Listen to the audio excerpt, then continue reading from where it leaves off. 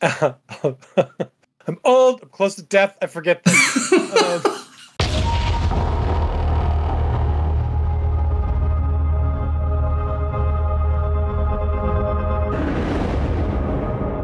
Hi, everybody. This is Jason. This is Pete. And this is the Lost Legions podcast, your weekly Horus Heresy show. And what are we here to talk to you today about, Pete? Zone Mortalis, I believe, Jason. That's right, isn't it? Yes. Yeah. I definitely almost forgot. Yeah, and you did, because you did the notes this time. Yeah, I know. I've been promoted to Note Man. So yes, note that, everybody. Yeah, exactly right. So the Siege of Cophonia book dropped in the last sorry, my wife just poked her head in to say goodnight. The Siege of Cophonia book dropped recently, about a week or two ago, and Jason's managed to have a game of Zone Mortalis. So we thought it'd be a great opportunity to give some insight into some big changes, because there are a fair few, aren't there, Jay? Yeah, I mean, I was shocked. So, like, we just took 750 lists. So my mate Hoy came over. He brought his Imperial Fists. I was playing Dark Angels. I'm doing an event this weekend, so I was like, well, I better get a practice game in before I go to the event. And I was like, well, let's play straight from the Siege of Cophonia book. So we're like, cool. We just both brought up lists. We used the Zone Mortalis, oh my God. Force Org? Force Org, thank you. Okay. I'm old. I'm close to death. I forget things. So Jesus. I used the Zone Mortalis Force Org. Yeah. So did he. I pinged it to him, and I was like, "Cool, no problem." So I had 2 HQs. He had a heavy support squad, and I'm pointing this out because it'll become pertinent later. And we're like, cool, what do we do? And we're like, okay, let's just play the first mission. So we're like, okay, the first mission is sector control. Cool, right? It's a super easy setup. You know, it's like Dawn of War kind of deployment. We're like, let's just keep this easy. It looks like it's a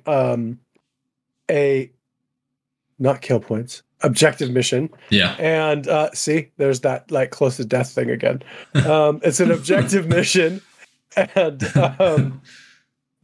And I think it'll be easy to, just do. It'll be not a problem. One objective starts in the middle, and then we roll and place them.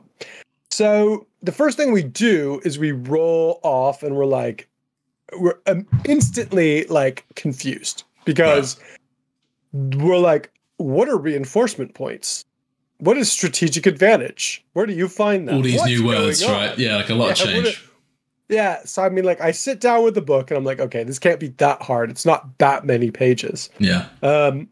So we kind of realized that the way deployment works now, and we're talking about this first because the deployment thing ties into everything. Yeah. So the way deployment works now is you have reinforcement points, and you start with 6 reinforcement points, and then each unit that you have has a different amount of reinforcement points that they cost to come on to the field. Right. Okay. So, for example, and I'm just going to read the list off to you guys. Yeah, go for it. So, remind you have 6 reinforcement points. You start with 6. Yes. A Primarch costs 8 to come on. An HQ costs 4. An Elite costs 2. Troop costs 1. A fast attack costs 2, and a heavy support costs 3. Okay. So you can see right away that you're going to have some problems. Yeah. Getting everything on the board turn 1 is impossible. There's a discount for your Warlord. So if your Warlord starts on the board, he only costs half. Okay. So your Warlord only costs 2 to place down if you place him in your deployment zone on turn 1. Interesting. Okay. That's good. Retinues are free for him. They place with him. Right. Okay. So that's a good way of getting some units on the board for a low points cost. Okay. Yes. Like reinforcement points cost. Yeah. Instantly, my lists start changing in my head at this point, and I'm like, oh my God. But mind you, I have like a couple of elites, like Hoy has the heavy support. We didn't realize this going in, that we were going to have this reinforcement thing. So, and we also missed the rule, like, because we were just doing this for the first time, we missed the rule that your HQ cost half. So we both paid 4 points for our HQ. As long as you're doing the same, then it's fine, isn't it? Yeah. So that's cool.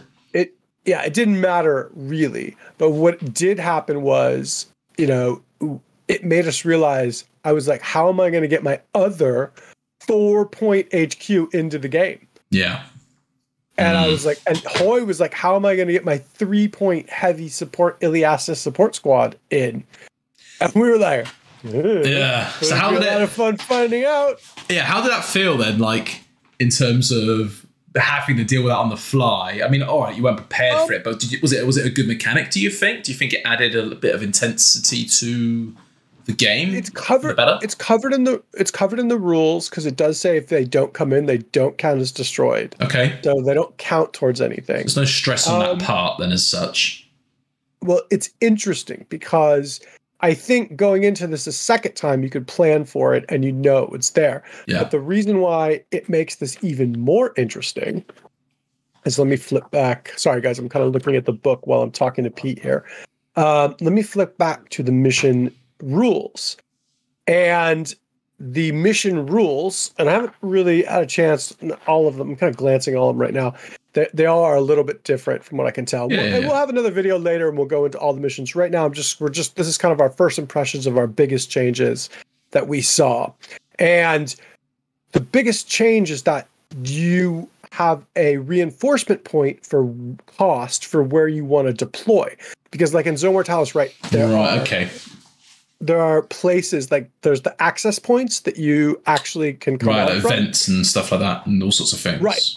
And they'll be on the side, they'll be on your side, they'll be on the enemy's side. Yeah, okay. Well, your reinforcement points can change where you come on. So controlling player's edge costs you 0 reinforcement points. Right. Flank edge, so along the sides, +1 reinforcement point. Opposing player's edge +3 reinforcement points. Oh, wow. Okay. So you can come on in your opponent's deployment zone, but it's going to cost you. Yes. Okay. So what I did was I waited with my my Dreadwing Interruptor guys, the guys with the plasma flamers. I waited 2 turns to come on with them because so the second turn I didn't deploy anybody. And Hoy moved up and moved his troops in, and they came on and they're like, flame! From the side and just plasmaed him off an objective. But it turned out to be not that great because I was behind a unit at that point, right? But I mean, it was interesting. Like, we had some stuff happen in the game where I felt like I was ahead, and then he just completely turned it around with dice rolls, and I'm like, uh-oh, I fucked up. But it was definitely, are we frozen? No, okay. No, we're good. Yeah. And you can you assault out of coming on from these table edges as well? So as far as I know, there are no differences in those rules. I'm not 100% sure if anybody sees anything, because, like, mind you, I've only played 1 test game right now. Yeah. And so I'm kind of reporting back to you guys and Pete with what I found and what I think the most major changes are. Yeah. But yes, I think you can assault out of that. The other thing that was interesting, and we didn't fully use this, but what I noticed was if you deep strike, you're -1 reserve point. Oh, okay.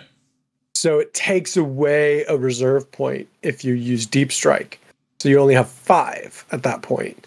So they're kind of covering that. I'm not positive. I'm not going to look in the rules right now. Yeah. That's cool. Just a bit of a general gist, that might stack. Yeah. But yeah, we'll talk about it. Right. I didn't actually use any deep strike, but that was something I noticed I thought was really interesting. You spend these points then, just get my head around it. So you got these reinforced points. You start with 6 points.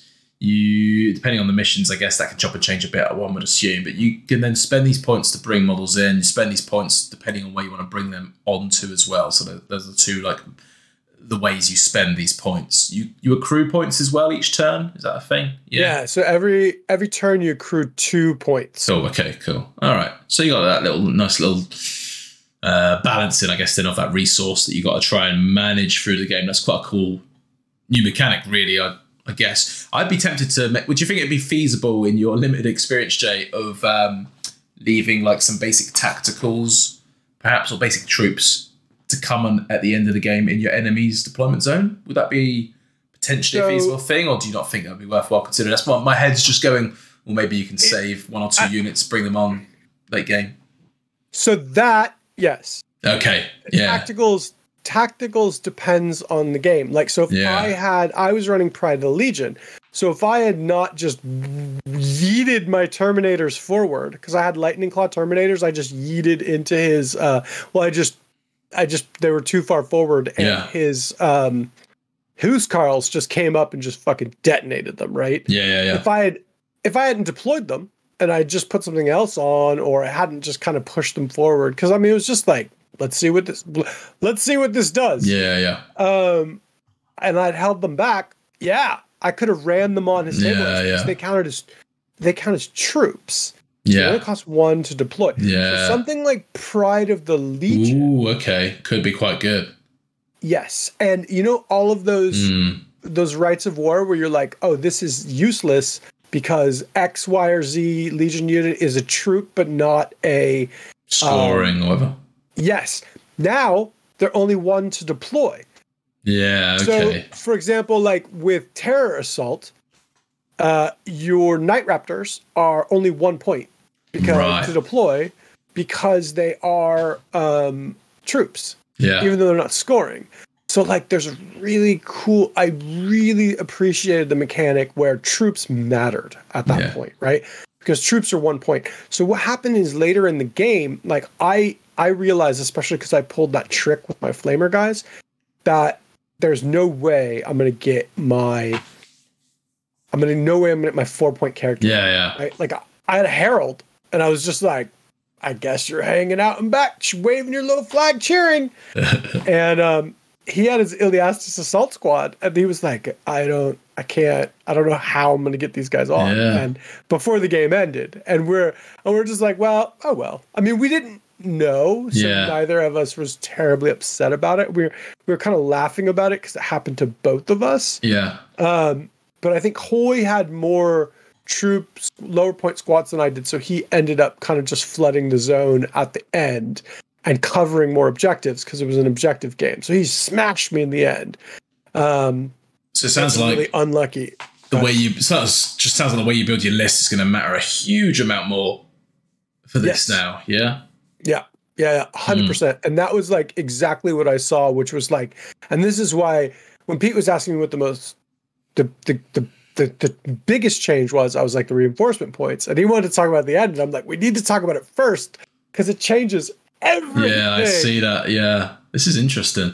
So, okay. So your list building is going to be completely different then. Yeah, you're going to be looking at all sorts. You're quite right. Pride of Legion. Yeah. Command squads are going to be auto-include for most players now, one would assume, if you get them for free, essentially, with your Warlord. So I mean, I rewrote my list, and my list before had a Herald, a Delegatus, a big squad of Knight Cenobium, 2 little Terminator 5-man squads, the Dreadwing Interrupter guys, and a Dreadnought, and I'm just doing it off the top of my head, guys. Sorry, and one other squad.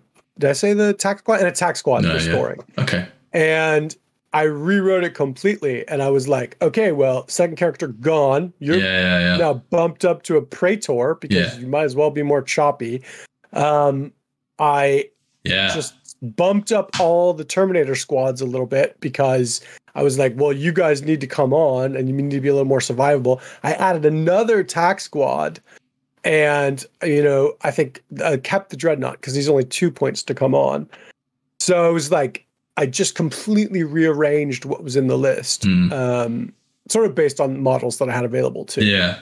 So but again, like, I think now, like, a retinue squad is much more of a thing, right? Like, because they're gonna come on for free with their That's quite warlord. cool. Dude, yeah, I like it. Yeah. And Yeah. the other thing that I thought that was really interesting was they've changed the way that Steal the Initiative works. It is now tied in with strategic advantage. Okay. Strategic advantage is just like who you roll a d6 and whoever rolls highest has strategic advantage. But that strategic advantage can be used in a couple of different things. Yeah. But the biggest thing is in first strike. So now, like, Steal the Initiative is called first strike. So the way it works now is whoever doesn't have strategic advantage can attempt to do a first strike. So you can use your reinforcement points to lower your Seize the Initiative roll. Okay. 7. Yeah. So if you spend one of your reinforcement points, you get a 6-up roll. Okay, so there are other ways to spend these points then as well. Okay, so this balancing the economy of your reinforcement points is crucial then, like super crucial. Okay, so it's list composition mixed with these reinforcement points is going to be the two biggest fundamentals then for sure. Yeah. So you could put your command squad down with your general, spend 2 points, and then go, I spend 4 points on first strike. Yeah. And you're like, okay. Have first turn, buddy. Two up roll or something at that point, right? Right. And then you're like, okay, I have first turn, but I got 1 squad on the board. And then I only have 8 more points over the game to get more guys on. Yeah. So how many game turns are we looking at? I think it was 4. I'm pretty sure. Oh, not a lot then. Again, just like that. Yeah, it was quick. It felt a little quick to me. I didn't love that, I have to say. But, interesting. I mean, again, I wasn't used to it. And again, we were just playing straight out of the book and we got surprised by a lot of things. Yeah, that's cool. New secondary objectives, which are a little different. Hold on, let me flip over. Any major surprises there that caught you? No, they're pretty neat. Blood toll for each unit in an army selected as in an HQ or a leech choice that is removed as a casualty. The opposing player gets +1 victory point. So it's just like a little victory point mechanic. That's nice. Counter-strike, the player without strategic advantage gains +1 victory point if the first unit of any kind to completely be destroyed during a battle belongs to a player with strategic advantage. Okay. Cool. So, a couple of nice things there. Yeah, Champion of Renown. For each enemy model with the character unit subtype that is removed as a casualty while fighting in a challenge, the controller player gains +1 victory point. So, I don't think that one was actually in the one. Oh, yeah, it was. So, yeah, those are 3 new secondaries. Okay. That are in here. And I think something that we should bring up is that, and this is just like, if any of you haven't played Zone Mortalis, I think this is a huge, enormous change. But like, I wasn't a surprise to me because we played the White Dwarf version of it. Yeah. Is the reactions. Yes, yeah. So I've not looked at these since the White Dwarf ones, really. So has there been any major changes here at all, or is it as we sort of know and love it? As far as I can tell, they're the same. So you don't use your Legion reaction. You can't use any advanced reaction. There's 3 reactions that you can use. Got you, yeah. So it's suppress. So in the movement phase, you can snap fire at them and shoot your wall of death flamers. That's cool. The reaction, it's pretty cool. In the reaction phase, you can displace. In the shooting phase, you can displace, so you can move your initiative to kind of, get out of duck the way. For cover. Yeah. Oh, I like that. Yeah. Exactly. Which is kind of feels like that should be in the main game, but yeah, sure, okay. And then the last one is in the assault phase, you brace, and I think if you roll your leadership, you basically become fearless for that turn, and you can't be broken. Okay. If you fail, you fall back at D6 and instantly regroup, which is arguably better. Yeah. That's brace and fail and brace, or brace and fail. Yeah, exactly. You're praying to fail. You're all, thanks, Night Lords, for -1 fear. You don't have to roll on your highest leadership, do you? You just roll on the morale leadership check, so I believe you do roll on your highest. You roll your highest. Yeah, you gaming. You, Steve, you take the test. Oh, Night Lords and Duck Day Sergeants. They're all over the place. Cool, man. All right, well, it sounds like there's some big changes then. Yeah. I'm glad there are, and that's why we want to do a topic on it, right? Because you were like, oh my god, there's so many changes, and these reinforcement points are completely brutal in the change, so it's good to have a chat through. Anything else you want to sort of add to it, do you think? No, I mean, I think that's it for right now. I think the biggest shock was like, oh my god, how is this going to affect list competition? Yeah. And I think that was like the most interesting thing, and what the different feelings, different Rite of Wars we're going to have, right? Like, and that was like super interesting too, because like so many things make stuff troops, and you're like, you don't care because you're like, oh, you're not lying. It doesn't. Yeah. What do you do?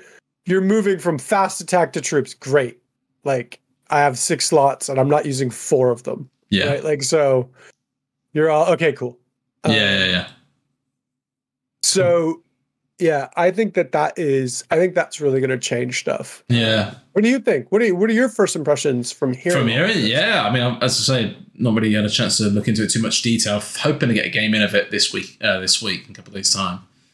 So I'll be able to report back to you a little bit about that. But no, I like the idea of it. I like the idea of the access points. I like the idea of the reinforcement points as you've explained them. That sounds epic. So yeah, man, I'm quite pumped for it. I just got to get another Zone Mortalis board now. I think everyone needs to kind of build one or print one or whatever the situation is. Cool, man. Anything else you want to add? No, I think that's it. Cool. And, if you guys have played Zone Mortalis, let us know in the comments below. Let me know if I messed up on anything, because I'm sure I did. This is the first time I played through. And let us know what you think. They're not that mean to us normally. We'll be all right. And as time of recording, guys, we're about 30 odd subscribers away from hitting 1,000 subscribers, which is a huge milestone for me and Jay. So thank you for all the continued support. Hopefully, let's get it tipped up and over that by the time this video goes live. That'd be nice, wouldn't it? That'd be awesome. So give it a like and a subscribe. Catch you later. We really appreciate it. Bye. Bye.